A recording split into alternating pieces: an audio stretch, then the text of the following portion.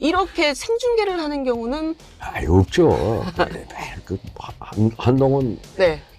대표가 초짜라서 한 소리예요. 초짜 티가 나더라고. 생중계 하자고. 누가 더 유리할 걸로 보세요, 총장님 보시기에는?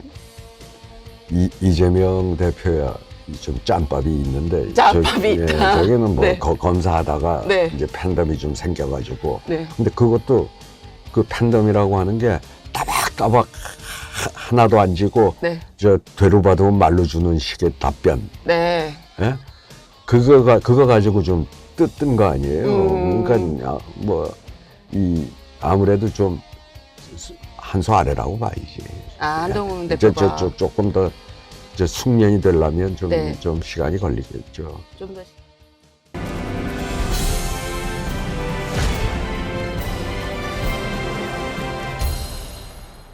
이번 주 주목해야 할 정치권 이슈, 이제 유인태 전 총장께서 뽑아오신 이슈 뭐가 있을까요? 뭐 뽑아오라 소리도 안 했는데 뭘 뽑아오기는 갑작스럽게. 아니 그럼 이번 주에 저희가 이제 이번 한 주에 요게 조금 이슈가 되겠다 싶은 거 뭐가 있을까요? 뭐 원래 대표 회동을 예. 하기로 했던 게 예. 코로나 때문에 연기 맞아요. 됐으니까 예. 뭐 어쨌든 이제 이 대표 회동 또 한동훈 대표가 얼마나 실권을 가졌을지는 몰라도 지금 하는 건 어떻게 좀 정치가 복원이 되나. 그동안 지금 윤석열 정부 출범 이래 우리 정치가 실종돼 있었잖아요. 정치가 실종돼 있다. 그러니까 근데 지금 그래도 그나마 이제 네. 후보 수록 연설에서 이재명 대표가 제안을 했고 또 저쪽에서도 뭐 바로 수용을 해가지고 그렇게 하기로 했는데 네. 어쨌든 나라가 정치가 이렇게 이 안팎으로 이렇게 어려운데 이렇게 돌아갈 수는 없잖아요. 언제까지나. 지금 말씀하신 대로 이제 이번 주 사실은 원래 이재명 그다음 한동훈 신임 대표 회담 날짜가 25일로 잡혔었잖아요. 그러니까 어제 원래 했었어야 되는데 이재명 대표가 이제 코로나 확진되면서 이제 좀 연기가 됐어요. 근데 아마 오늘 실무 협상이 좀 있을 것 같기는 한데 이게 이제 뭐 TV 생중계 놓고 좀 갈등이 있는 상황에서 중단이 된 거라 이번 주에 열릴지 확신을 할 수 없다 뭐 이런 얘기를 하시는 분들도 있고 그래도 그렇게 여야 대표가 빨리 제안을 하고 빨리 받았으면 어떻게든 할 거다 뭐 이런 얘기가 있는데 우리 총장님은 어떻게 전망하세요? 그래 놓고 둘이 안 하면 둘 다 바보 되는데 그게 안 할 리야 없죠. 하기야 하죠 하는데. 네. 그럼 TV 생중계라는 건 좀 생뚱맞잖아요. 무슨 대표 회동을 더군다나 이 산적한 여러 난제들을 놓고 좀 허심탄회하게 어떤 해법을 좀 찾아가야 되는데 그걸 무슨 시작에 인사말이야 다 중계를 하지만은 모두 오프닝이야. 그 말고 그 전체를 생중계하자는 게 무슨 생뚱맞은 소리예요. 아니 그래서 이제 한동훈 대표 쪽에서는 이 얘기 하더라고요. 그 비공개로 하고 나면 혹시라도 이재명 대표가 다른 얘기를 할 수 있을 것 같아서 조금 이제 회담이 좀 투명하게 가서 국민들한테 공개를 좀 하는 게 필요하다 뭐 이런 얘기들도 좀 하고. 정치 회동이라는 게 하려면 서로 우리 산적한 문제를 그럼 서로 좀 양보도 하고 이래야 되는데 그러려면 뭐 굉장히 그 서로 회동 중에 그 숫싸움도 꽤 해야 되는 거고 아마 중간에 잠깐 뭐 정회라도 잠깐 쉬자고 그래가지고 또 와서 뭐 이러는데 뭐 이런 경우도 생길 수 있고 그런 거 아니겠어요? 원래 옛날에도 마지막에 원내대표 회동 이렇게 하다 보면 뭐 잠깐 쉬고 가서 또 이렇게 참모들하고 저쪽이 이러자고 그러는데 이거 어떡할까 뭐 그런 걸 어떻게 생중계를 합니까? 말이 안 되지. 정치권에서는 워낙 오래 계시고 뭐 이제 과거 청와대에도 계시고 하셔서 워낙 잘 아시는데 이렇게 생중계를 하는 경우는 없죠. 한동훈 대표가 초짜라서 한 소리예요. 초짜 티가 나더라고. 생중계 하자고 하는 걸. 초짜라서 한다고 생각을 하시는 거예요? 그럼 만약 두 분이 사실은 이재명 대표랑 한동훈 대표가 사실상 이제 같이 이 정면 대결이라는 표현이 적절할지 모르겠는데 이렇게 만나는 적이 사실은 없잖아요. 회담으로 이렇게 대놓고. 근데 이럴 때 누가 더 국민으로부터 점수를 딸지, 물론 아직 시작을 안 해서 이거는 좀 예측에 불과한데 누가 더 유리할 걸로 보세요, 총장님 보시기에는? 그래도 이재명 대표야 좀 짬밥이 있는데 짬밥이 있다. 저기는 뭐 네. 검사하다가 네. 이제 팬덤이 좀 생겨가지고 네. 근데 그것도 그 팬덤이라고 하는 게 따박따박 하나도 안 지고 네. 저 되로 받으면 말로 주는 식의 답변. 네. 예? 그거 가지고 좀 뜬 거 아니에요. 그러니까 뭐 이 아무래도 좀 한 수 아래라고 봐야지. 한동훈 예. 대표가 조금 더 숙련이 되려면 좀, 네. 좀 시간이 걸리겠죠. 한동훈 대표가 그 여야 회담할 때 이제 의제 조율 실무협상 때 하잖아요. 예. 그때 대통령실이랑 논의 안 했다는 얘기가 지금 나오고 있는데 이거는 어떻게 해석을 해야 될까요? 계속 이런 식으로 한동훈 대표가 용산과는 거리를 좀 계속 두려는 걸까요? 그건 잘 모르겠어요. 내가 그 동네 소식은 어두워서. 어떻게 해야 될까요? 네. 그러면 왜냐면 정무수석도 하셨었고 국회의원도 하셨었고 그러니까 네. 사실 한동훈 대표는 용산에서는 원희룡을 시키려고 했던 예, 건데 그런 얘기가 있죠. 이제 저렇게 대표가 거의 뭐 압도적 지지로 되고 나니까 네. 참 운신의 폭이 좁죠 지금은. 아예 그냥 저 대통령 임기가 네. 말년 차쯤 가서 4년 차쯤 갔다 그러면은 이제 좀 묵살하고 네. 당이당 그런 예가 꽤 있었잖아요. 네, 몇 차례 네, 정치권에서. 근데 아직은 뭐 그래도 그 2년 반이 좀 더 뭐 한 3개월 있어야 이제 반환점인가 네. 그렇잖아요. 그런 속에서는 참 운신의 폭이 좁을 수밖에 없죠. 그러니까 그 말씀들 많이 하시더라고요. 윤석열 대통령이 사실상 말씀하신 대로 한 1년 정도 남아서 레임덕이 와 있다.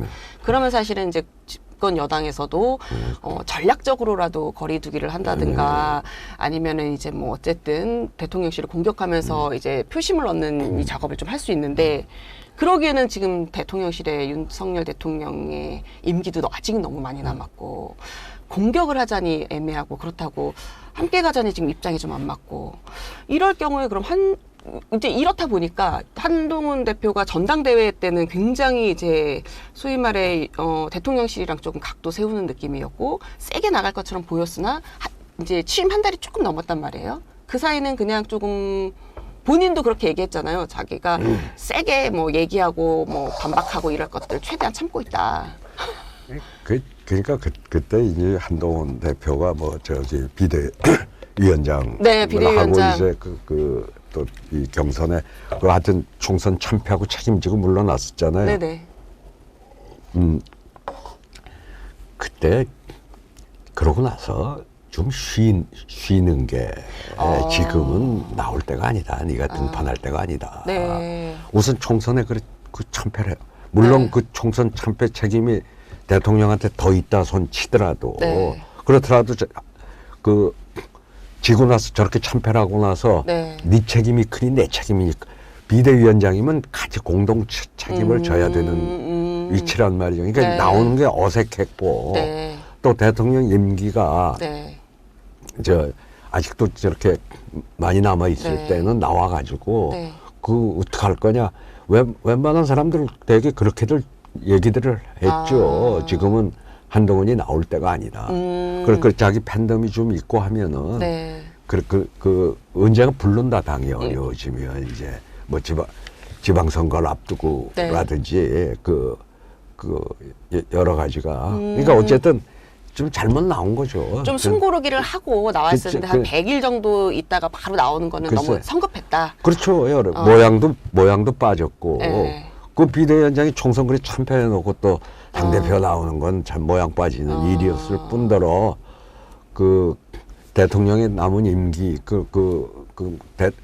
용산하고 그렇다고 용산에서 낙점해서 다시 또 대표로 나오는 것도 아니고. 그건 자기는 포기하고 뭐 자기 정치 인생은 망치면서 그냥 여기 복무하는 건데 그러니까 저런 스탠스로 갈 거면 원래 처음부터 다 예측됐던 일을 본인이 자청해서 나온 거니까 뭐 어떻게 뭐 또 주위에 워낙 똑똑한 사람이니까 잘 헤쳐나가겠죠. 뭐.